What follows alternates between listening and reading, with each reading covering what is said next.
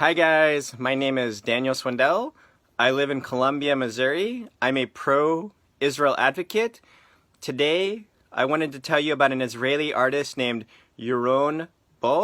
He lives in southern Israel, and in about the last decade, from Gaza, Hamas has fired over 20,000 rockets into Israel. So Hamas is constantly firing these rockets into Israel. They land all the time. They terrorize and torture and sometimes kill the population of southern Israel. So Yaron lived near the border, and one time he was actually walking and a rocket exploded very close to him. He felt the dust, he felt the smoke, he felt the ash, some of it landed on his head, and it really terrified him. It tortured him, and he went home and he thought about it, and he is a blacksmith. He has some skills, and he came up with the idea that he wanted to transform this instrument of death, this thing that was intended to kill him, into an object of peace, into artwork. And so he came up with an idea called rockets into roses. And what he does is he transforms rockets that were fired into Israel into roses, into an object shaped as a rose. The bottom of the base is shaped as the state of Israel, and the entire thing is made from rockets. And what you can see that he does, if you look at the top of the rose, he takes the pieces of the rocket and he cuts them into thin strips.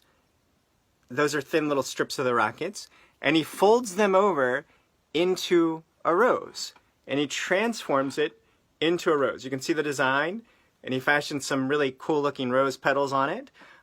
Every one of these is made with a marker. As you can see, it says created from a rocket that landed in Israel. So you can get this on their website. It's called Rockets into Roses. It's a beautiful piece. They also make things like this. You can get a Star of David. I got one of these. So this piece is actually cut from rocket metal. As you can see, it's a little more jagged, a little more rough. But it's a great way to let people know about what's going on. Also, it's a great way to help them. Some of the proceeds from the purchase go to building bomb shelters. I just briefly wanted to tell my own story about how I got involved with this. I was invited to study at a Jewish school in 2012, and I knew almost nothing about the conflict at that time, but I'd heard of the place Gaza, and I wanted to visit it, but I didn't know that you couldn't go to Gaza. I knew very little about the conflict or how the situation worked, but someone told me there was a place, a town called Sderot, which is on the border of Gaza, and you could visit it. And someone told me about a tour guide named Noam Bedin who gives tours. So I went down there, and Noam gave me a tour, and while I was there, I saw a school that had a black mark on it, like a big black mark. You could see this big black mark, and I asked Noam, and Noam said that actually was a spot where a rocket hit that building. So in the car ride back, Noam was bringing me back, Noam just said to me very simply, be our voice. Be our voice when you go home. Again, I knew very little bit about the conflict, or even that there was a lot more going on with pro-Israel and anti-Israel events. I didn't know much about that kind of stuff. When I came back to Columbia, someone invited me to see a film called 5 Broken Cameras at the University of Missouri. And the film was being hosted by a professor named George Smith. He's a biology professor. He's now retired. He went on to gain some fame because he won a Nobel Prize with a couple other people for some of his research. But at the time, he was hosting the event, and during the Q&A, he was explaining things in the situation. Now, I had been to Sderot just a couple months before that, and I knew the number at the time. It was 12,700 rockets had been fired into Gaza at that time.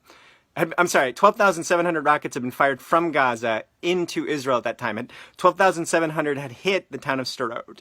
So this professor, George Smith, when he was speaking, he said the small amount of violence coming from Gaza does not justify the blockade.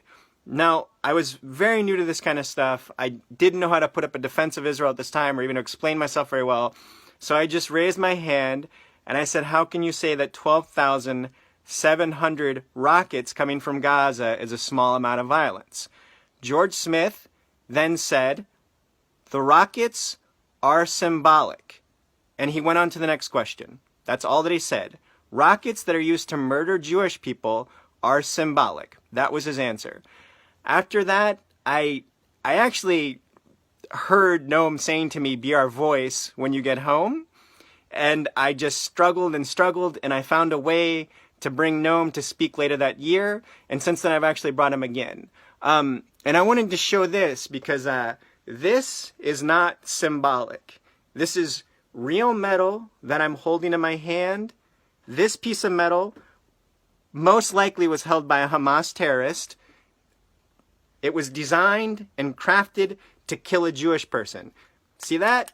Not a symbol. Not a symbol. Real metal. Real piece of metal that I'm holding in my hand that was designed to kill a Jewish person. And some of these have killed Jewish people. And it was fired into Israel. And now it's been turned into a beautiful work of art.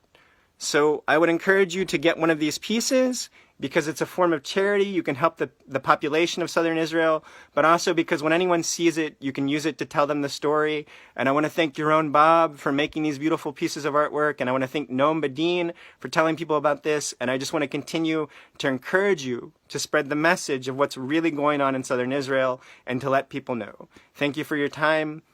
I hope next time we'll see you at a pro-Israel event and we can all tell the story together. Thank you.